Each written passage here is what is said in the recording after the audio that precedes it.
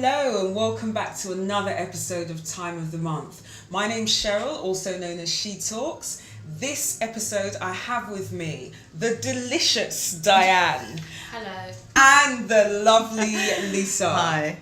And on this episode we have, as always, a great number of topics that we're going to discuss. But before we go on with the conversation, please subscribe to our YouTube channel at TOTM Chat.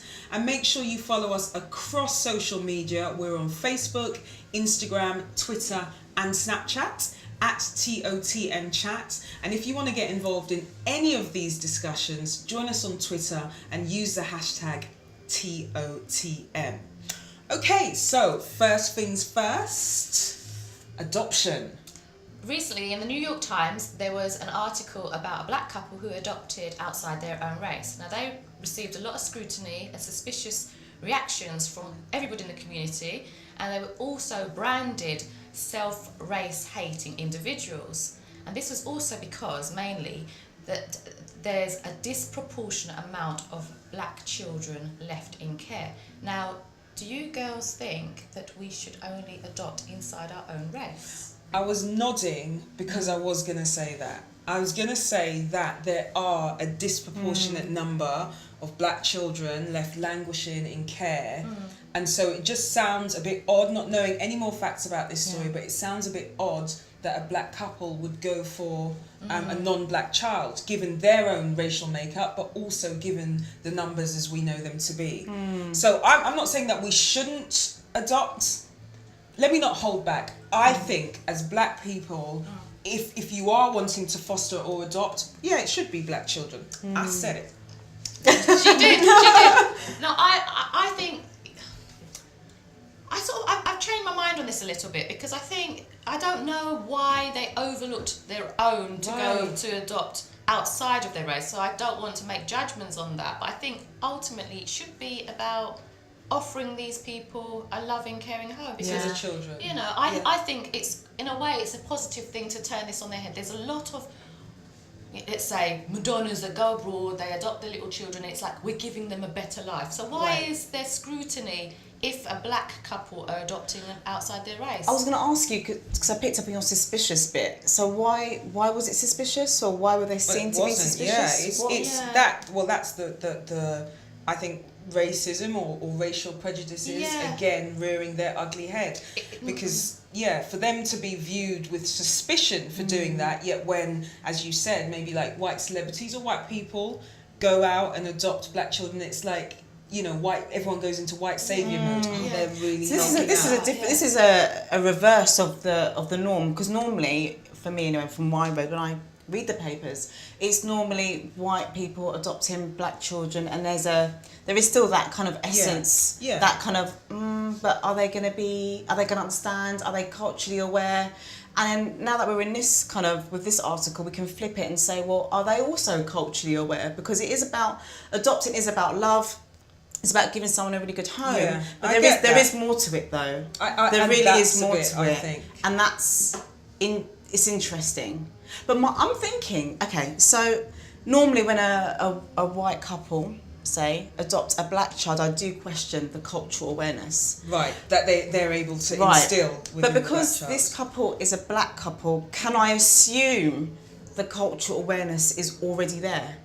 Or is that a major assumption? What do you mean? The cultural awareness for who? To be able to give to the child? Yeah, by understanding difference within difference. So can I just ask, is this a British story that's come out of or is it from somewhere else in the world? This was published in the New York Times. Right. So it wasn't a British story, but in my I was looking around and there were a lot of other stories, and it was the same sort of thing. It was like, you know, it varied from people going up to the children and asking them, is this your dad? You know, because in this particular example, they were at the park and he was in some hoodie or whatever. Yeah, his and this is a black casual, guy, right? Okay. So it was sort of like, they were saying things like white people didn't feel comfortable with the black couple growing up one of their own. Oh, and this was supposed to be a very progressive country in regards to colourblind society or whatever. Yeah, so, which I think is a fallacy, but perhaps another subject for another show. No, but I just think, well, it's a good thing, because you need to be able, some of these children could grow up and then say, well, actually, let's turn these stereotypes of, black people always needing rescuing on its head. I've grown up with a really positive family environment, really happy there, and not all black people are this particular way or but other. if there are so many black children in the care system, then yeah. isn't it right that actually they do need rescuing? These children need rescuing. But actually it was 78% of the children in care. Now this is also fancy. 78% of the children in care were actually white. What happens is the black children are waiting in care longer. Right. So it's Yeah. like Okay. over I get 1,000 I days get that. waiting for a black child waiting to be adopted, where the white children were adopted quicker, but there's more of them. And Okay, that's kind so my question is, do we personally see a problem with this scenario, i.e.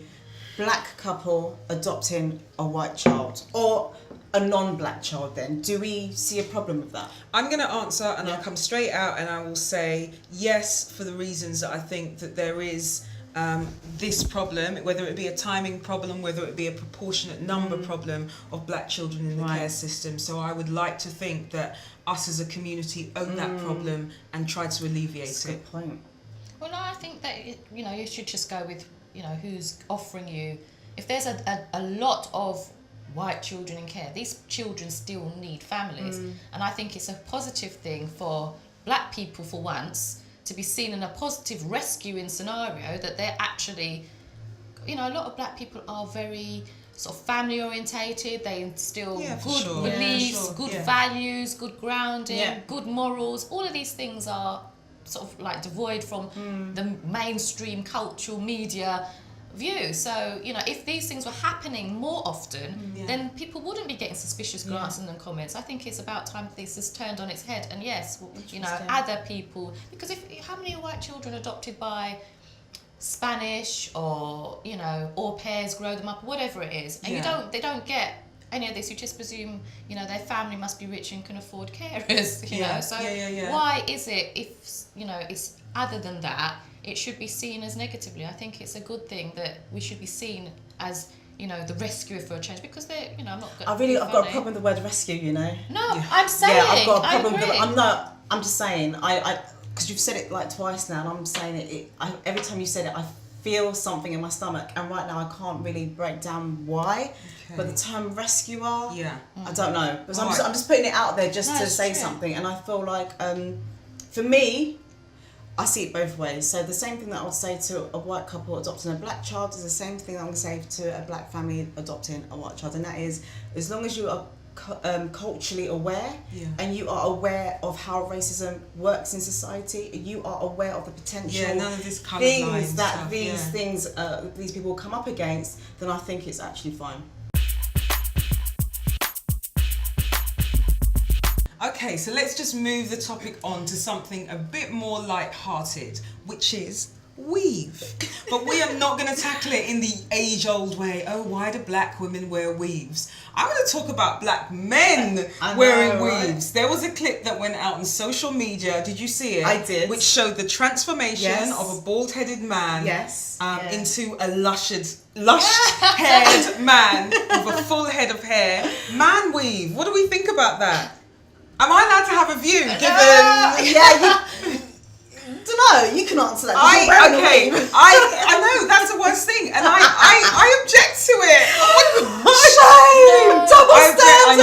I know. Does it look like that Steve Harvey one that we mentioned before, where they had looked at them and thought, oh, he looks really horrible, I'm not interested. This is what this before and after man with the weave looked like. Yeah. I don't know. Maybe it's because I'm not used to it. You don't want to share. I don't want to share, and I'm not used to it. So maybe that's why.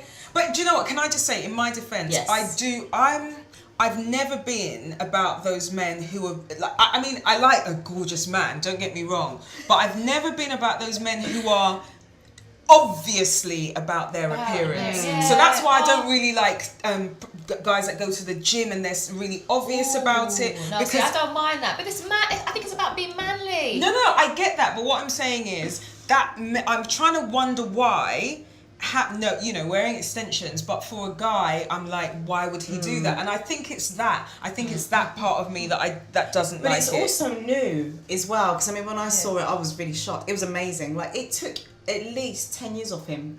It did. It took at least 10. I swear it did. And so for me, I'm seeing it from a potentially a self-esteem thing. Yeah, because for what if sure, that guy yeah. was really young and was And he was receding bald. early? Yeah. And No, he was bald. This one. He This wasn't was even bald, receding, he was but I bald. think go with the bald because what No, I was saying is, going to the gym. Everybody each to their own, and if it makes you feel better, fine, do it. I personally, I'm with you. I don't want a man with a toupee or anything that sews in as a toupee. But it's not. You but, should just but shave it's it not about off. us. Remember, but it's shave not it, actually shave about it us. Just off. like And that, in fairness, is what I say No, when but just- people is that- talk about my house. right. It's not about you. It's just like Yeah, how it makes you feel better, we do get it, upset share. when men have an opinion on everything, and Yeah. we say, it's not about you. This is the same applies. It's So not we have to actually respect about us. those, If yeah. that's something they want to do, I think that's a great I point. say, actually. then let them do it. It's a self-esteem thing. Yeah. And actually, he did look better. And what if he had been receiving in his early 20s? He's still got years to recede. Yeah. Years to rock his baldness. Yeah. He doesn't want to rock it in his 20s. And actually, he may And he go. looked good. Yeah, He he looked may so go good. from, like you were saying, just shave it off. He may do Yeah, that I think sometimes. that looks so much better. Maybe he, The only problem, not So problem, much the only better. little concern I have is what are they putting on the head? Because the way this woman was slapping this glue, What does she it's put like glue substance on his Glue. head, and then sticking the head down and fixing it. Like, what glue is that? How, my questions are. Why is that No, an because issue? it's important. Because he might have something wrong. He might with take his- it off at night. No, he can't. You can't put it on. Look, It's guys. Wrong. I have Take it off at night. Cheryl, I have questions. Yeah, if you go Will back and slip off. anything happen to his scalp? Number one. Yeah. How can it stay? How long can it stay on for? Because it's Yeah. not a wig. Yeah. That thing is Yeah. stuck down. Yeah. I just have questions. It might Okay. slide when you're out raving with him. It looks fun And to do you me. mind? Would you, if you knew a guy was wearing a hairpiece of any sort, whether it be stuck down, whether it be a toupee, as you mentioned, would you have an issue with that? Because I'm saying, I think the weave thing threw me through a loop because I was thinking it looked like just so much effort, and I personally don't want really effort. like the whole. I like effort, don't get me wrong, but the obvious effort sometimes can Bit turn me off a conceited, guy. is what you mean? Yeah, I think Something it conceited. plays into that. But then if there were no effort, if it were just a toupee, would you have an issue with it, or would Sorry. you It's the be most- would you be doing? Oh no, it's for his choice. No, but Or wait, would you do wait. that? Exactly. But you said all that chat. toupee. It's Yeah, like, all this high road stuff. You So- wouldn't like it. if it looks. Talk to them. Because I don't know that. If it looked like a Donald Trump. Right. It's clearly a toupee. I have a problem. Right. I'm not going to be with a man who's got that hamster thing or whatever it is on his head. If it's done really well, and Yeah. only me and him need to know that what's going on, Yeah. and he's not going to be doing these videos about how his hair looks amazing and do the transformation YouTube period, videos. Yeah. then it's fine. Yeah. It's Because fine. do you know what I just thought about? Hair transplants. Wayne Rooney Yeah, had a Wayne hair Rooney. transplant. He got ridiculed for that. Is that any different? I don't see. I think it I think hair transplants are a bit different because it seems a bit more permanent. You might not necessarily have to know. I don't want. but whether it's he's permanent going or to not, take it's still a it. transformation. But no, I don't have a problem with the transplant. I mean, personally, I think everybody likes their own thing. So I don't mind a no. bald hair. I think you can do a nice little goatee. I don't want a man with a ponytail anyway. A man I want, bun. a man I love a man bun. None of that. I think hair should be on a woman. So, however she chooses to do that, that's fine. Men, bald it off, neat, manly, that's it. None of the toupee. I don't even. When I wake up, if I get up earlier before you do to go and brush my teeth and fix up and put my makeup on, there's toupee lying on the But side can I of the just bed. say, I don't want that. men deal with this a lot. Men deal with weave hair. Yeah. They deal with makeup on a pillow. They deal with They so deal much with stuff. they deal with hair in the sink apparently. They deal with Yeah. a lot. Yeah. So can we not, as a woman, just accept the man wants to wear weave? Not with me. Not Because for not not for for Diane. me. I'm saying I'm a no. So I'm a no. I'm saying I can accept it only if it's a secret between me and you. Right, okay, I there think you that's have fair. it. But what are your views? Get on Twitter, use the hashtag TOTM and let us know what you think. How are we seen as black women? How are we seen? How are we seen? By whom? By men, Let's Okay. start with men. We can go to other women Right. maybe later, but let's start with men because we've just judged men right now. We've just judged men with the weave. Yeah. So how do you think we are seen as black women overall? Do you mean? I think it depends on like the working. Do you mean in a working Yeah, environment, or do you which mean environment? sort of? Anything. Okay, let's go for work because you just said the work environment. So let's talk about the work environment. How do you think you're seen in the work Well, I think I environment? can probably sort of go with that as a general thing. Actually, I think black women in general are seen as having the capacity to take on more than everybody else, hardworking, strong, but independent. We've got this thing where you can't show some sort of weakness in any way. I mean, I want to go with, if you're saying everything, as a black mother, you're expected to be able to carry shopping bag, cook, make sure you look good, go to the gym, come back and then put on supper. Do you know what I mean? So superwomen. I think what Superwomen, you're saying, yeah. I think what's unfortunate about asking that question and me then sitting back and thinking about the question, even automatically all the stereotypes and tropes come to mind because actually I still think that's the category, those are the categories that black women are put into. So there's the superwoman mom, there's the hypersexualized video vixen, there's the Puritan Madonna Christian type, and I think it's unfortunate that we are still labelled in these kind of all ways. of the above as well. We have to get all of those. Yeah. It's really interesting because I asked, how we see it, and instantly the negative comes out Yes, first. you mentioned Beyonce, and I know we've spoken about her in other shows, but what I really liked about part of her new offering was Serena, one of my sheroes, in her music video. And I loved that because I looked at it and I immediately saw a celebration of two successful black women just being there and being like, because we want to. And I loved and that. And after you break it down like that, I get it. I understand it. But you didn't see it like that. I think you're on your own there. My initial reaction was, oh, Serena, Why? And you know what I think when I was thinking about your reactions and the things that were said about it, I think it's because I thought, and I won't say that it is this, but that prism that you kind of looked at her through, and that sort of, it made you kind of recoil and maybe question it, was more of a white gaze as opposed to a potentially black gaze, I also maybe? think it's black as well due to misogynoir. So misogynoir is, as we know, it's sexism,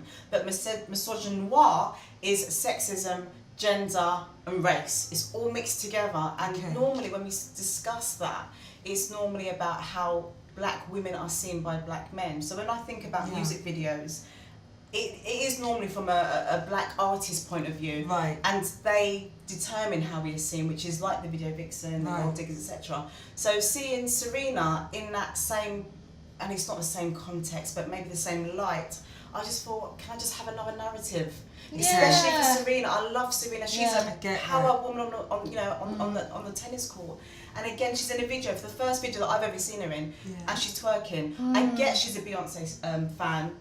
I totally get that she's twerked outside of videos, and she's just twerked, and she can twerk. Yeah, and she's having fun. She can, Damn it, and she's allowed to have fun. That's She's what I allowed loved. to have fun, but Yeah. I just feel like in a context of a video, here we are again in the same sort of narrative, Yeah, and I'm tired of it because she's No, more yeah. than that, and we know she's more than that's that. exactly But my that's point. it. We that's know it. she's I more than know, that. So that's that's why when I saw it, I didn't see. But I want the more than that to stay there. No, because as we Yeah, were no. saying before, we are put into these, we compartmentalise too often. And I think it's about showing, rather than seeing us as these aggressive superwomen, blah, blah, it's nice to have a more colourful span of what black women are. And she epitomises a strong woman, but she's professional. She's in a sort of like a quite elitist scenario here.